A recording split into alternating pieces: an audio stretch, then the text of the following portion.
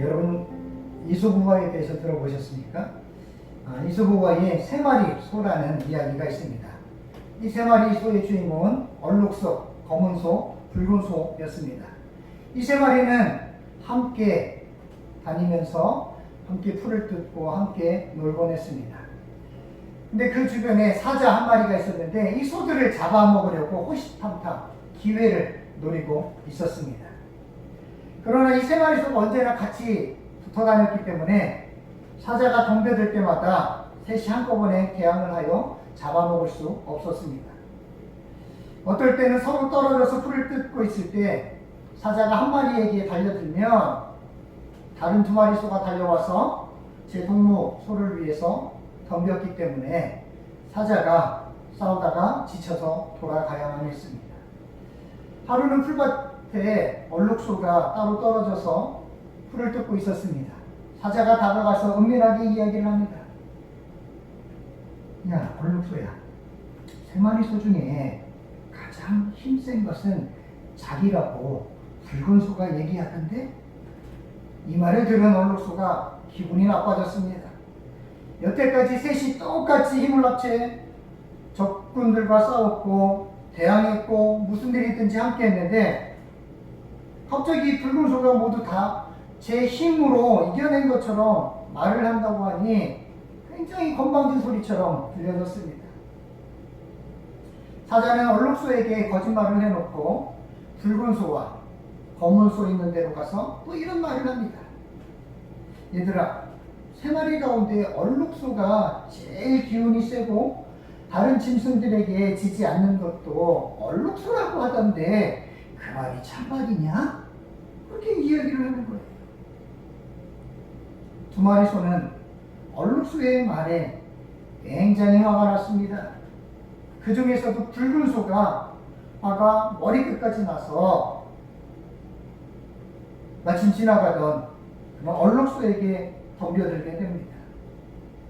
얼룩소도 붉은 소가 자기가 제일이라고 했던 그런 말들을 들었기 때문에 있는 힘을 다해서 두 마리 소가 부딪히면서 뿔로 서로를 공격하고 있습니다.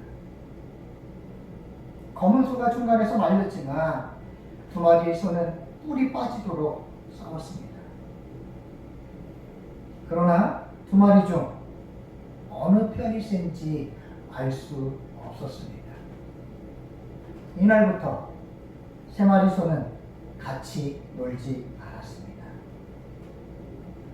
사자는 좋아하면서 세 마리의 소들을 한 마리씩 잡아 먹었습니다. 연합하여서 하나 된다는 것이 굉장히 중요하다는 것을 알 수 있는 이야기였습니다. 교회도 하나로 연합하는 것이 중요합니다. 오늘은 한몸 공동체라는 제목으로 함께 말씀을 나누기를 원합니다. 한몸 공동체는 그렇다면 어떤 공동체일까요? 첫째, 한 성령에 의해 이루어진 공동체입니다. 오늘 본문은 몸이 하나라는 말로 시작합니다. 다른 말로 한 몸이라는 뜻입니다. 고린도전서 12장 12절 말씀 제가 읽겠습니다. 몸은 하나인데 많은 지체가 있고 몸의 지체는 많으나 한 몸인과 같이 그리스도도 그러하니라. 교회는 한 몸입니다. 지체가 많은 한 몸이라는 것을 성경이 강조하고 있습니다. 마찬가지로 그리스도의 몸도 많은 성도들로 구성되어 있지만 하나라고 성경이 말하고 있습니다. 그렇다면 한 몸이란 구체적으로 어떤 뜻일까요? 고린도전서 12장 13절은 이렇게 기록합니다. 우리가 유대인이나 헬라인이나 종이나 자유인이나 다 한 성령으로 침례를 받아 한 몸이 되었고 또 다 한 성령을 마시게 하셨느니라. 자, 유대인, 헬라인, 종이나 자유인 모두 한 몸이라는 사실입니다. 성경적인 배경을 조금이라도 아는 분들은 이 말씀을 받아들이기 쉽지 않다는 것을 쉽게 이해합니다. 왜냐하면 유대인과 헬라인은 서로 상종하기 쉽지 않은 사람들이었습니다. 또 종과 자유인이 한 식구라는 것은 불가능에 가까운 이야기였습니다. 미국에 노예 해방을 선포한 아주 유명한 에브라임 링컨이라는 대통령이 있습니다. 1863년 1월 1일 노예 해방령을 발표합니다. 그러나 1865년 미국 헌법을 수정함으로 헌법상 노예 해방이 실현됩니다. 미국 법에 의하면 노예나 일반 사람이나 모두 평등했습니다. 흑인이나 백인이나 차별이 없어야 했습니다. 미국의 노예는 노예 해방령으로 과연 자유를 얻게 됐을까요? 역사는 그렇지 않다는 것을 증언합니다. 헌법상 노예 해방이 시작된 90년 후 1955년 12월 1일이었습니다. 42세의 흑인 여자 재봉사 로자 파크스가 백인 좌석 바로 뒤 첫 번째 좌석에 앉아 있다가 뒷자리로 옮겨가라는 운전사의 명령을 거부합니다. 그때 당시 버스 안이 백인들이 앉을 수 있는 자리, 또 다른 사람들이 앉을 수 있는 그런 자리들이 명확하게 구별되어 있었다는 거예요. 운전사의 명령을 거부한 이 로자 파크스는 버스 안에 있던 백인 남성들에게 구타를 당하게 됩니다. 그리고 흑백 인종 분리법 위반으로 체포되게 됩니다. 남자들에게 여성의 몸으로 폭행을 당한 것도 억울한데 오히려 자기가 법을 어긴 범법자가 돼서 체포가 되는 이런 기가 막힌 일들이 역사상 실제로 벌어졌다는 것입니다. 링컨의 노예 해방 100년이 지났지만 여전히 흑인들은 차별을 받고 있었다는 것입니다. 이 사건으로 마틴 루터 킹 목사님을 중심으로 몽고메리 버스 승차 거부 운동을 벌이게 됩니다. 마틴 루터 킹 목사님은 흑인 세력들을 규합하여 버스 안타기 운동을 조직적으로 벌이기 시작합니다. 결국 다음해인 1956년 11월 13일 지역법이 요구하는 버스에서 불리는 비합법적이라는 대법원의 판결을 받게 됩니다. 그래서 완전히 노예가 해방된, 또 흑백 인종의 차별이 없는 그런 나라가 법적으로는 된 것처럼 보입니다. 그러나 지금도 우리가 잘 알고 있듯이 미국에는 여전히 유색 인종들에 대한 차별이 많이 일어나고 있다는 것입니다.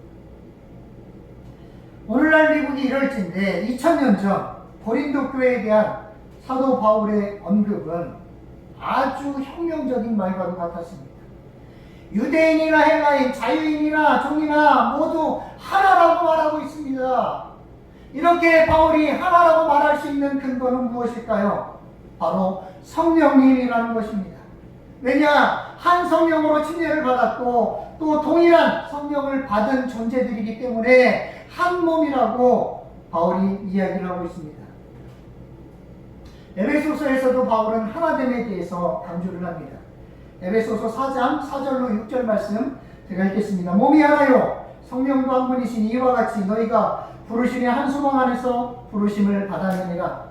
주도 한 분이시요 믿음도 하나요 침례도 하나요 하나님도 한 분이시니 곧 만유의 아버지시라. 만유 위에 계시고 만유를 통일하시고 만유 가운데 계시도다.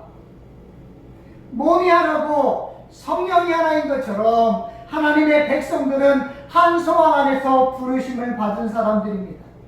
주도 한 분이시고 믿음도 침례도 하나입니다. 하나님도 한 분이십니다.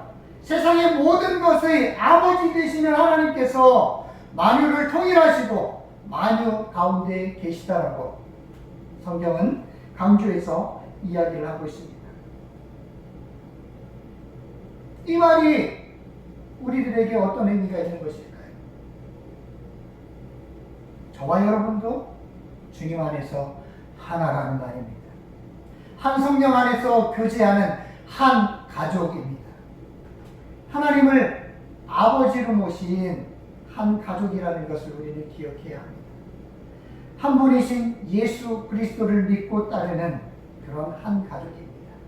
따라서 우리에게 남녀노소의 차별이 없어야 합니다. 지역의 차별이 없어야 합니다. 신앙 연수의 차별이 없어야 합니다. 교회 직권으로 인한 차별이 없어야 합니다. 가난하고 부자라는 그런 차별이 교회에서는 없어야 한다는 것을 우리가 명심하며 살 수 있었으면 좋겠습니다. 한문 공동체는 또 어떤 공동체일까요? 둘째, 다양한 지체로 이루어진 공동체입니다. 교회는 한문 공동체입니다. 그 공동체는 많은 지체들로 이루어져 있습니다. 고린도전서 12장 14절로 17절 말씀은 이렇게 기록합니다.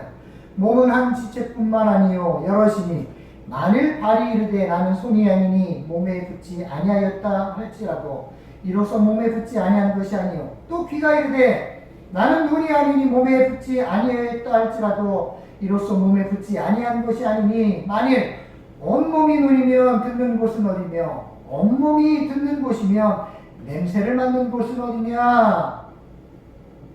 몸에는 한 지체만 있는 것이 아니라 여러 지체가 있다라고 이야기를 합니다. 발이 있습니다. 이 손이 있습니다. 귀가 있고 눈이 있습니다. 근데 발이 이렇게 이야기한다는 거예요. 나는 손이 아니니까 몸에 붙지 않았어. 귀가 이렇게 얘기한다는 거예요. 나는 눈이 아니야. 그러니까 나는 몸에 붙어 있는 게 아니야.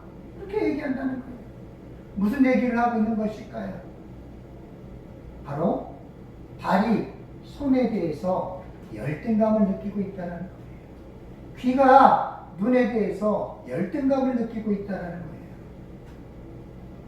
자, 발과 귀는 손과 눈보다 덜 중요하다고 생각해서 자신들은 한 몸의 지체가 아니라고 생각한다는 얘기입니다. 여러분, 이게 말이 되는 얘기입니까? 말이 안 되잖아요.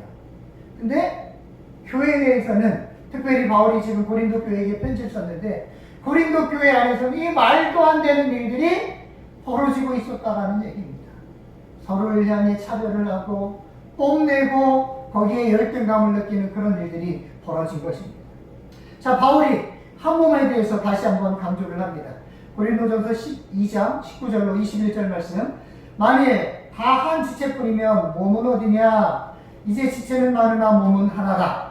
눈이 손더러 내가 너를 쓸데없다 하거나 또한 머리가 발더러 내가 너를 쓸데없다 하지 못하리라. 몸에 한 지체만 있을 수 있느냐라고 바울이 묻고 있습니다. 지체는 많지만 결국 한 몸을 이루는 운명 공동체임을 알라는 말입니다. 따라서 눈이 손더러 볼 필요 없어. 머리가 발더러 쓸모없다라고 말하지 못한다라고 바울이 이야기하고 있는 것입니다.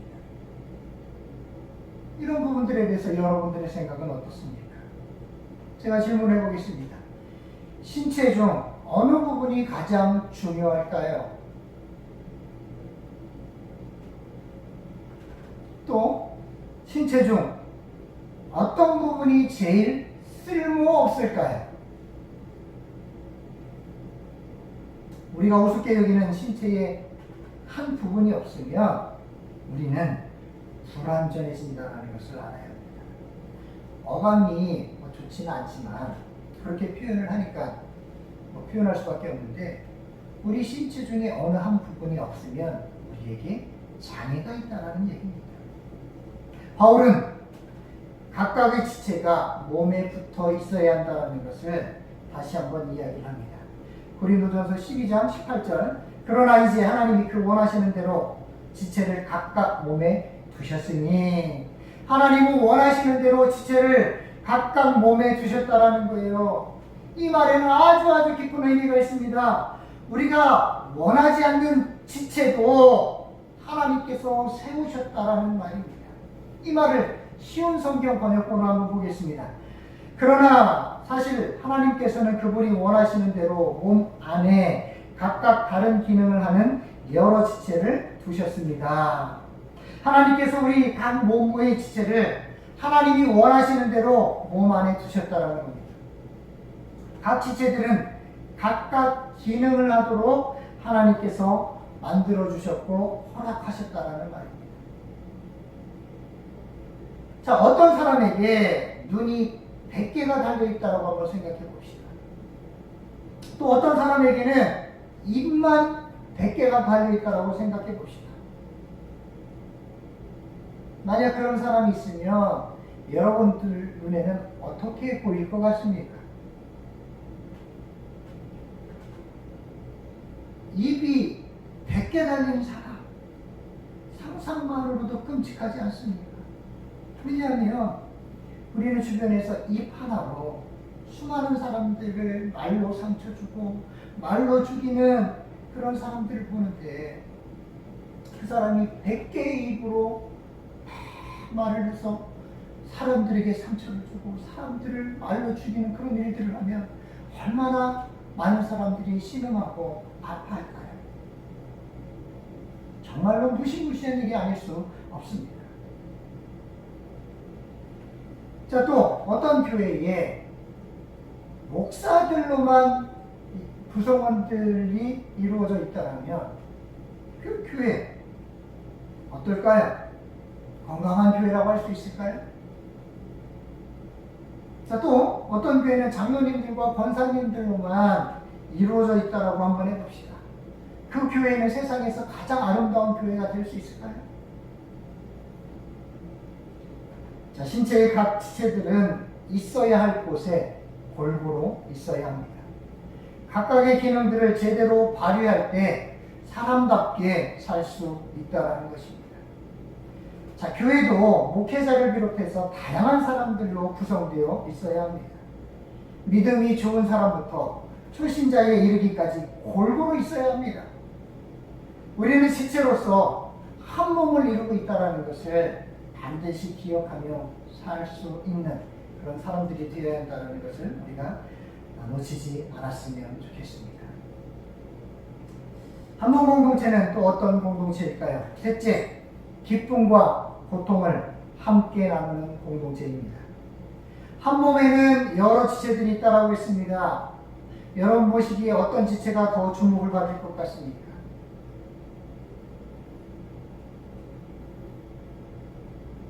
신체 기관에 따라 진짜 더 주목을 받는 그런 그 지체들이 저는 있다라고 생각을 합니다. 그리고 어떤 지체는 정말 이렇게 별로 관심도 받지 못하고 사랑도 받지 못하고 오히려 조금 이렇게 안 좋은 이야기를 들어야 되는 듯한 그런 어떤 부분들도 있다라고 생각이 됩니다. 또 다른 측면에서 보면 어떤 지체는 약하게 보이기도 하고 어떤 지체는 굉장히 귀중하게 보이기도 합니다. 그런데 성경이 이 부분들에 대해서 이야기하는 것이 무엇입니까?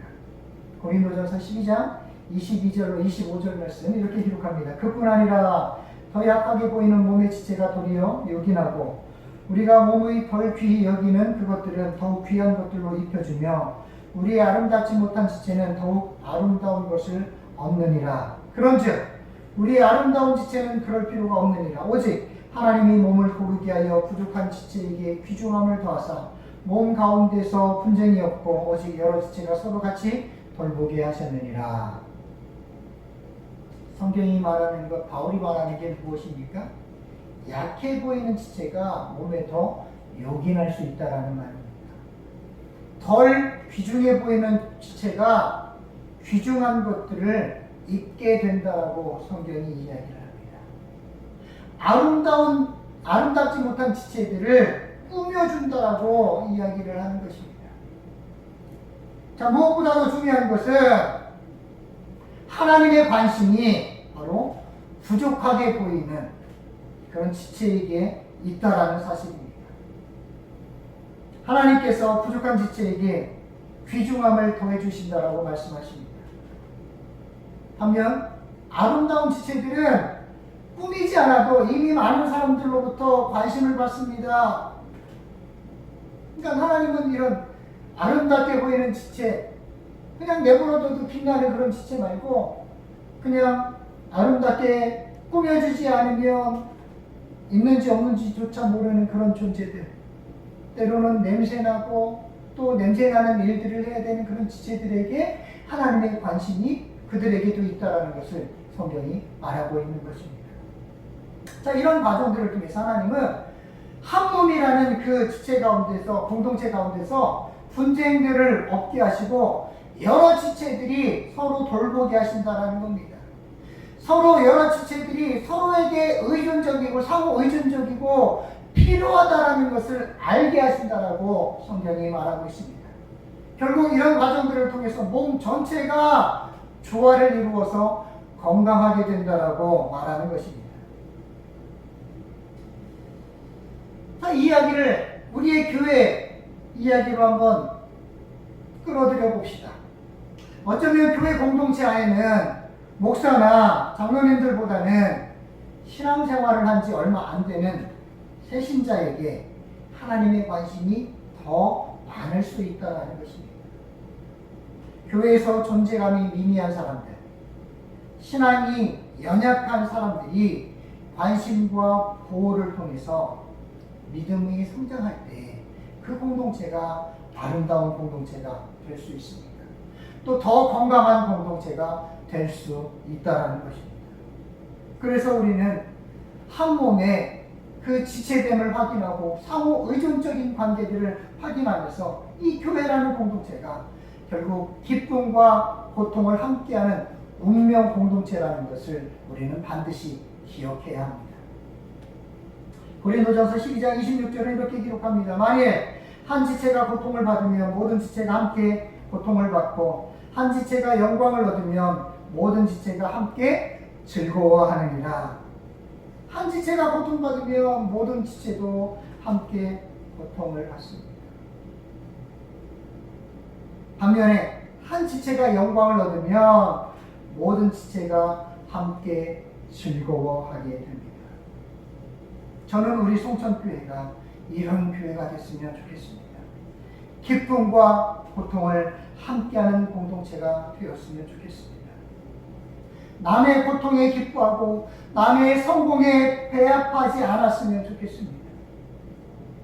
그래서 바울이 로마서를 통해서 이야기한 것처럼 함께 울고 함께 웃는 그런 공동체, 우리 송천교회가 그런 공동체가 되기를 간절히 소망합니다.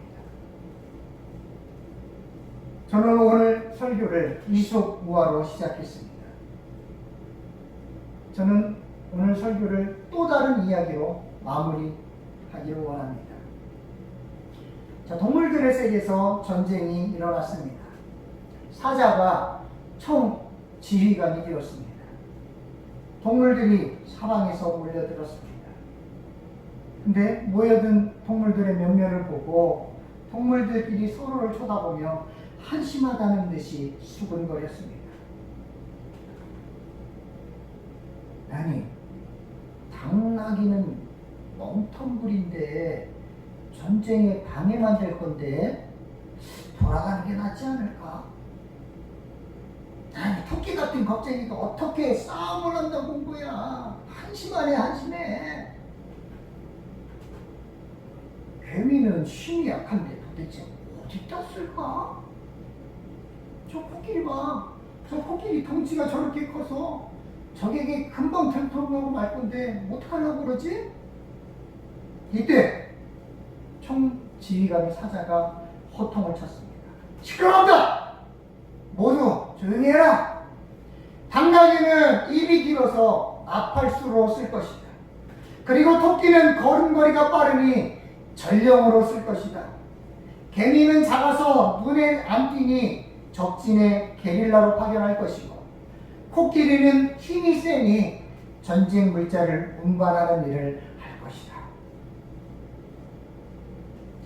상대를 어떤 눈으로 보느냐에 따라 결과가 크게 달라질 수 있습니다. 지체의 연약함을 보고 지적하지 맙시다. 오히려 그 연약함 이면에 있는 그 사람만의 장점을 발견할 수 있는 그런 우리들이 되기를 소원합니다. 다른 지체의 연약함을 지적해서 주눅들게 하지 맙시다. 오히려 강점을 지켜 세워줌으로 공동체를 위해서 헌신할 수 있도록 우리 격려해 보지 않겠습니까? 저는 완벽한 목사가 아닙니다. 여러분들은 혹시 완벽한 성도이십니까? 우리는 모두 완벽하지 않습니다. 우리는 뭔가 하나 부족한 부분들이 있고 또 어떤 부분에는 치명적인 단점과 약점을 가지고 있는 그런 사람들도 있어요. 근데 그 약점들을 가지고 그 아픈 부분들만 계속 지적해 된다면 결국 더 시름시름 아파하는 그런 환자들만 모인 그런 공동체가 됩니다. 그러나 반면에 아픔이 있고 연약함이 있는데 그것을 바라보고 지적하는 게 아니라 저분이 이런 걸 잘하네, 저 집사님이 이런 걸 잘하네, 저 장로님이 이런 데 탁월해, 우리 목사님이 이런 거에 정말 큰 강점이 있으셔. 야, 이런 강점들이 모여서 우리가 서로 부족하지만 우리 교회가 이렇게 아름다운 교회를 향하여 건강한 교회를 향하여 이렇게 갈 수 있구나. 야, 참 감사하다. 하나님께서 좀 이렇게 다양한 사람들을 만나게 해주셔서 우리를 성령 안에서 한 몸으로 이루어 가시고 한 몸으로 묶어 주셨을까. 그렇게 우리가 서로에게 고백할 수 있으면 얼마나 좋겠습니까? 우리는 서로 완벽하지 않다라는 걸 압니다. 다른 사람들의 약점, 나의 강점으로 보완해 줄 수 있습니다. 나의 약점은 다른 누군가의 강점으로 가려줌으로 인하여 우리 공동체가 더 건강해지고 빛날 수 있다는 사실들을 기억하시기를 바랍니다. 교회에 필요하지 않은 사람은 아무도 없습니다. 기도하시겠습니다.